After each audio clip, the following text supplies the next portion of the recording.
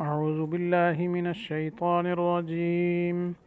بسم الله الرحمن الرحيم. ولولا فضل الله عليك ورحمته لهمت طائفة منهم أن يضلوك وما يضلون إلا أنفسهم وما يضرونك من شيء وأنزل الله عليك الكتاب والحكمة وعلمك ما لم تكن تعلم وكان فضل الله عليك عظيما. صدق اللہ العظیم. ترجمہ یہ ہے، اور اگر آپ پر اللہ کا فضل اور رحمت نہ ہوتی تو ان لوگوں میں سے ایک گروہ نے تو آپ کو غلطی میں ڈال دینے کا ارادہ کر لیا تھا، اور غلطی میں نہیں ڈال سکتے لیکن اپنی جانوں کو، اور آپ کو ذرا برابر ضرر نہیں پہنچا سکتے.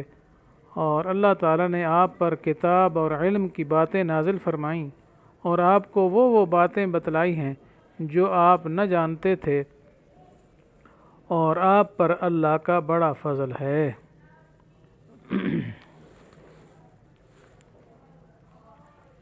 تو یہ آیات اسی سابقہ رکوع میں جو واقعہ بیان ہوا تھا اسی کے متعلق ہیں، لیکن اس میں ساتھ ساتھ آپ صلی اللہ علیہ وسلم کی عظمت کا بیان ہے، آپ کی عصمت کا بیان ہے.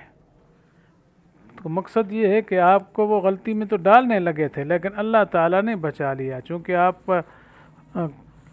کے اوپر اللہ تعالیٰ کا بہت بڑا فضل ہے، تو اس سے آپ کی بڑی عظمت ثابت ہوئی اور آپ صلی اللہ علیہ وسلم کی بڑی عصمت ثابت ہو گئی. تو بہرحال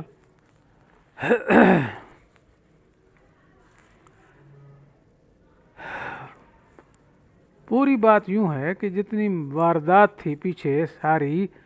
چوری کی، یہ مذکورہ واردات جس کی حقیقت سے آپ آگاہ نہیں تھے، جس کے اصول اور اصل چور کا آپ کو علم نہیں تھا، اور جس میں چور کے رشتہ داروں نے چور کو بیگانہ ثابت کرنے کے لیے جو رات کو بیٹھ کر منصوبہ بنایا ہے اسے بھی آپ نہیں جانتے تھے، لیکن اس واقعہ کی پوری حقیقت سے اللہ تعالیٰ نے آپ کو مطلع کر دیا، اور یہ اللہ تعالیٰ کا آپ پر بہت بڑا احسان اور اس کا عظیم فضل ہے. کیونکہ آپ اصل حقیقت سے آگاہ نہ ہوتے تو ایک بے گناہ کو چوری کی سزا دے دیتے اور اصل چور کو بری کر دیتے، جس کا نتیجہ یہ ہوتا کہ لوگوں کے دلوں میں آپ کی نبوت کے بارے میں شکوک و شبہات پیدا ہو جاتے. اور فرمایا انہوں نے جو آپ کو بچلانے کا اور آپ کو ہٹانے کا قصد کیا تھا اور کوشش کی تھی تو اس میں وہ خود ہی ناکام ہوئے ہیں. اصل نقصان آپ کا نہیں کر سکے بلکہ وہ نقصان اپنا ہی سارا کچھ کر رہے ہیں. وما یضلون الا انفسهم وما یضرونک من شیء. آگے فرمایا وانزل اللہ علیک الکتاب والحکمت، کہ اللہ تعالیٰ نے آپ پر کتاب اور حکمت نازل کی ہے. تو کتاب اور حکمت، کتاب سے مراد قرآن ہے اور حکمت سے مراد آپ صلی اللہ علیہ وسلم کی سنت ہے. تو معلوم ہوتا ہے کہ جس طریقے سے قرآن کو نازل کیا اسی طریقے سے حکمت کو بھی نازل کیا. تو حکمت نام ہے اصل میں آپ صلی اللہ علیہ وسلم کی سنت اور تعلیمات کا، تو یہ بھی اللہ تعالیٰ ہی کی نازل کی ہوئی ہے.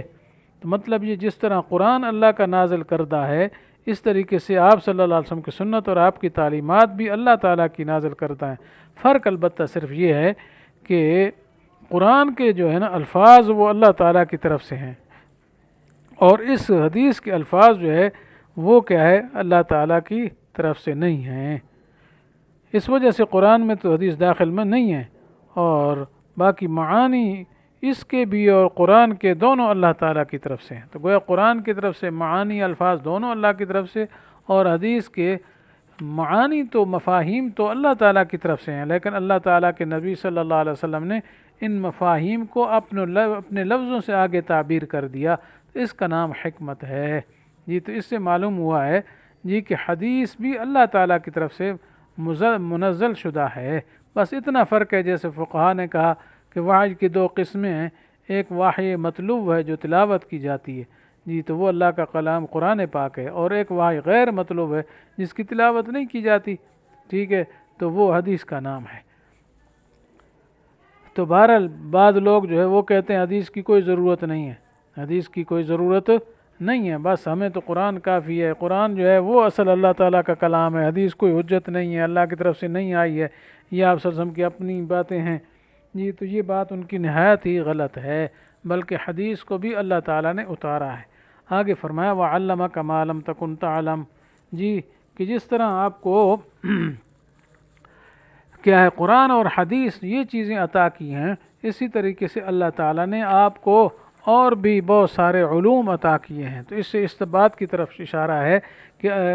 علم والی وصف میں آپ صلی اللہ علیہ وسلم سب سے فائق ہیں جی، سب لوگوں سے آپ کا علم جو ہے وہ اونچا ہے، سب کائنات میں سے مخلوقات میں سب سے زیادہ علم آپ صلی اللہ علیہ وسلم کو عطا کیا گیا ہے۔ تو آگے پھر فرما دیا وَكَانَ فَضْلُ اللَّهِ عَلَيْكَ عَظِيمًا، اللہ کا فضل آپ پر بہت زیادہ ہے۔ لیکن یہاں بعض اہل بدعت نے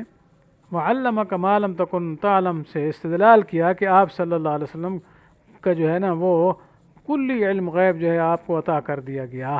جی، اور وہ یوں کہتے ہیں کہ یہاں ما ہے، علمک ما، اور ما کا معنی تو جو کچھ، یعنی گویا عموم و استغراق کے لیے ما ہوتا ہے، تو لہذا سب کچھ اللہ تعالیٰ نے آپ کو عطا کر دیا، کہ جو جو آپ کو باتیں معلوم نہ تھیں وہ ساری کی ساری اللہ تعالیٰ نے آپ کو بتا دی، بس اس سے نکل آیا آپ عالم ما کان وما یکون ہے، اور آپ کو علم غیب کلی عطا کر دیا گیا ہے۔ لیکن ان کا یہ استدلال بالکل غلط ہے، درست نہیں ہے، کیونکہ یہ بات تو اس بر اصل ہے استدلال کے ما عموم کے لیے، لیکن حقیقت یہ ہے کہ اصولیین نے اس بات کی تصریح کی ہے، فقہا نے اس بات کی تصریح کی ہے کہ ما ہمیشہ عموم کے لیے نہیں ہوتا، بلکہ عموم کے لیے بھی آتا ہے جی، اور اس طریقے سے خصوص کے لیے بھی استعمال ہوتا ہے۔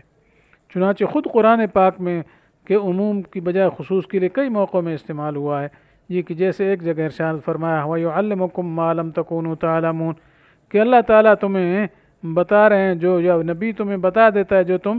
نہیں جانتے تھے جی، کہ یعنی آپ صلی اللہ علیہ وسلم تمہیں وہ باتیں سکھاتے ہیں جو تم پہلے نہیں جانتے تھے۔ تو اب ظاہر بات ہے یہ خطاب کس کو ہو رہا ہے؟ صحابہ کرام کو ہو رہا ہے، اور پھر اس کی وساطت سے ساری امت کو، یہ قیامت تک آنے والی امت کو خطاب ہے۔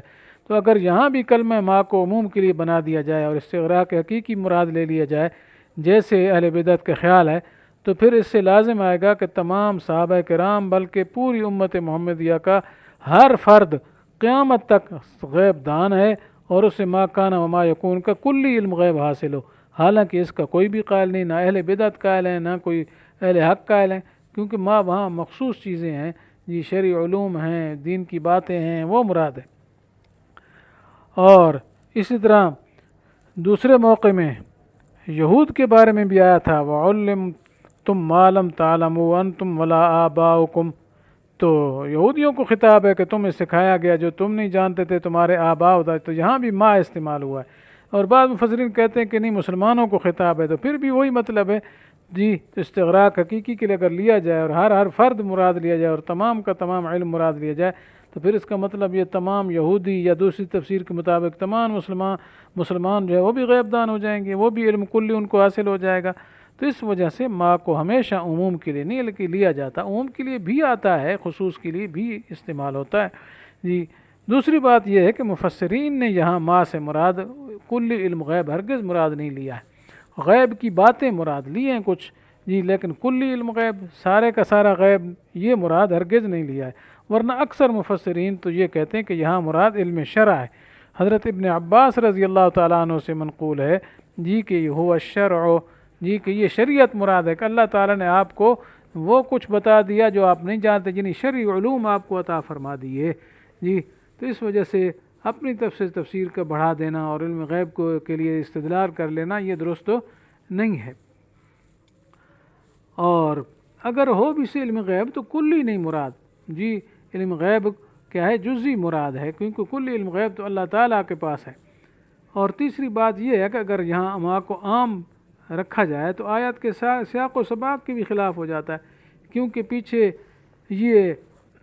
جو ذکر ہوا تھا انا انزلناک سے لے کر آخر تک یہ سارا واقعہ ذکر کیا ہے جی، تو کہ آپ کو اللہ تعالیٰ نے فرما دیا کہ اللہ کے نازل کردہ قوانین کے مطابق آپ فیصلے کریں، اس کے بعد جھوٹی تہمت لگانے والوں اور جھوٹی گواہی دینے والوں کو زجر آئی ہے۔ پھر فرمایا وَعَلَّمَكَ مَا لَمْ تَكُنْ تَعْلَمْ، تو یہاں وہی کچھ مراد ہے جو مفسرین نے بیان کیا ہے۔ مقصد یہ ہے کہ یہاں اللہ تعالیٰ نے آپ کو احکام شریعت عطا فرمائے ہیں جس کی بنا پر آپ جو ہے وہ صحیح فیصلہ کرنے والے بنے، نہ یہ کہ یہاں علم غیب کلی مراد ہو۔ اور اس کے علاوہ آگے یہ بھی ہے کہ سورۃ نساء جس میں یہ آیت ہے، اس کے بعد تقریباً 24 صورتیں نازل ہوئیں۔ اگر اس آیت سے آپ کو کلی علم غیب حاصل ہو چکا ہوتا تو پھر ان 24 صورتوں کے نازل کرنے کی کیا ضرورت تھی؟ آپ کو تو سب کچھ پہلے سے معلوم ہو گیا۔ اور سورۃ نساء سے بعد میں نازل ہونے والی صورتوں میں سے سورۃ نور ہے، منافقین ہے، سورۃ تحریم ہے، سورۃ توبہ ہے۔ تو سورۃ نور کے اندر عفق عائشہ رضی اللہ تعالیٰ عنہ کا واقعہ مذکور ہے، جس کی وجہ سے آپ صلی اللہ علیہ وسلم عرصہ تک پریشان رہے۔ اور منافقین میں عبداللہ بن ابی اور دوسرے منافقوں کی سازش کا ذکر ہے جس کا آپ کو پتہ نہ چل سکا۔ اس طرح سورۃ تحریم میں آپ کے شہد نہ کھانے کی قسم کا ذکر ہے جسے توڑنے کا اللہ تعالیٰ نے آپ کو حکم دیا۔ اور اس طرح سورۃ توبہ کے اندر مسجد ضرار کے سلسلے میں آپ کو اس مسجد میں جانے سے روک دیا، حالانکہ آپ اس مسجد کے بانیوں کو مومن مخلص سمجھ کر اس میں جا کر نماز ادا کرنے کا وعدہ فرما چکے تھے۔ تو یہ بہرحال آیتیں تفصیل کے ساتھ وما کان اللہ لیطلعکم علی الغیب پر تفسیر کی جاتی ہے، تو بہرحال یہ آیتیں آپ صلی اللہ علیہ وسلم کی ذات گرامی سے علم غیب کی نفی کرتی ہیں۔ اس لیے اگر اس آیت سے آپ صلی اللہ علیہ وسلم کے علم غیب کلی کو ثابت کیا جائے تو اس سے بعد میں نازل ہونے والی ان آیتوں کی تکذیب لازم آئے گی۔ تو اس وجہ سے یہ استدلال کرنا اس آیت سے علمک ما لم تکن تعلم سے یہ استدلال درست نہیں ہے۔ تو اللہ تعالیٰ سے دعا ہے کہ اللہ تعالیٰ ہمیں صحیح قرآن کے مطابق عقیدہ بنانے کی اور عمل کرنے کی توفیق نصیب فرمائے۔ آمین۔ وآخر دعوانا ان الحمد للہ رب العالمین۔